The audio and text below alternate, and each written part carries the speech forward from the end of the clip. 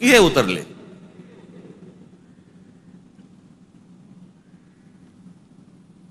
छत्रपती संभाजी महाराजांचं बलिदान तुम्हाला आत्ता कळलं विकी कौशल मेल्यावर.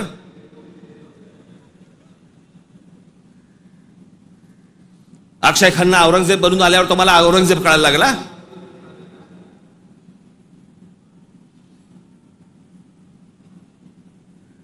व्हॉट्सअपवरती इतिहास नाही वाचतायत. इतिहास वाचायचा असेल त्याच्यामध्ये पुस्तकामध्ये डोकं घालायला लागेल तुम्हाला.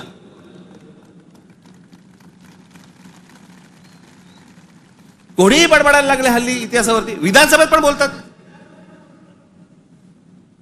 खरं तर त्यांचं काही काम नाही. औरंगजेबावरती बोलतायत. माहिती तरी का औरंगजेब काय प्रकरण होतं.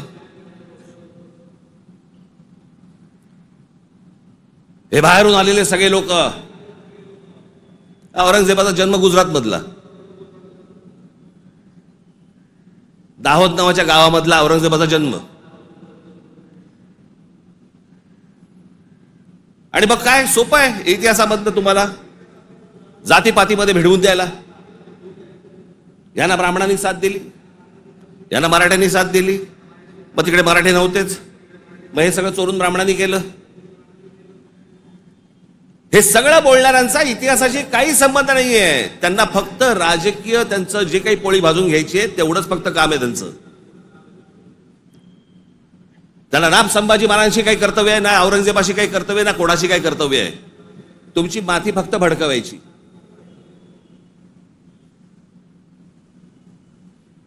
कसल्या इतिहास बोलतोय आपण. अहो इतिहासाच्या पानात खोलवर गेलात ना, सगळ्या अपेक्षांची आणि कल्पनांची आणि भावनांची सगळी भांडी ठळाठळ फुटतील.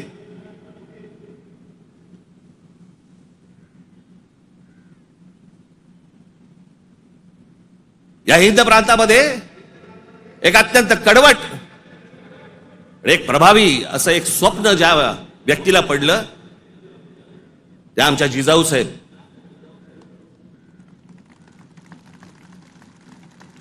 हे त्यांचं स्वप्न त्यांचे वडील असल्यापासून त्या बघत होत्या. त्यांना समजत नव्हतं हे काय चाललंय. आमचीच लोक या लोकांकडेच का चाकरी करतायत.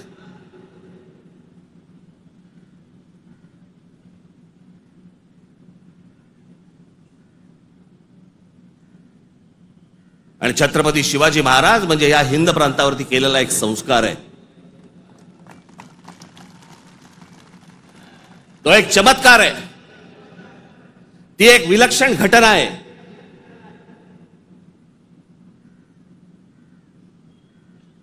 छत्रपती शिवाजी महाराज हा एक विचार आहे. तो विचार जन्माला यायच्या अगोदर या देशाची, या देश कुठचा होता, देश नव्हताच तो, या हिंद प्रांताची काय अवस्था होती, काय परिस्थिती होती.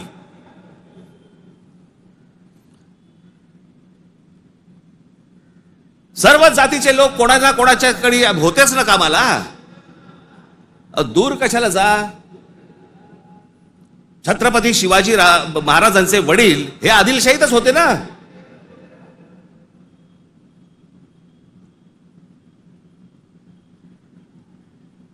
त्याच्यानंतर ते निजामशाहीत गेले ना. तो काळ वेगळा होता, तिवाळची परिस्थिती वेगळी होती. त्यांनी काय तसे निर्णय घेतले. जे कोणी महाराष्ट्रामधले सरंजामदार होते त्यांच्या विरोधाचाच लढा होता ना शिवाजी महाराजांचा. हे सरंजामदार कोण होते. त्याला जातीत का पाहत आहे तुम्ही.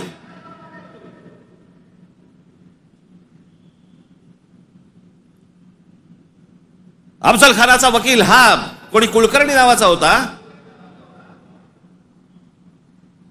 ब्राह्मण होता.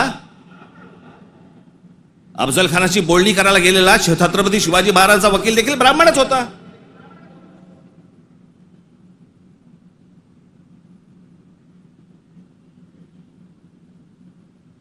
त्यावेळेला सगळीच माणसं वेगवेगळ्या लोकांकडे कामालाच होती.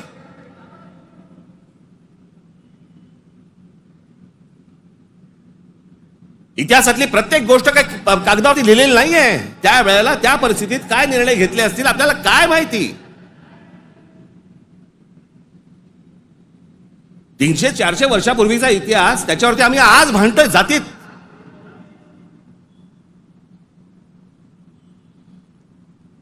आग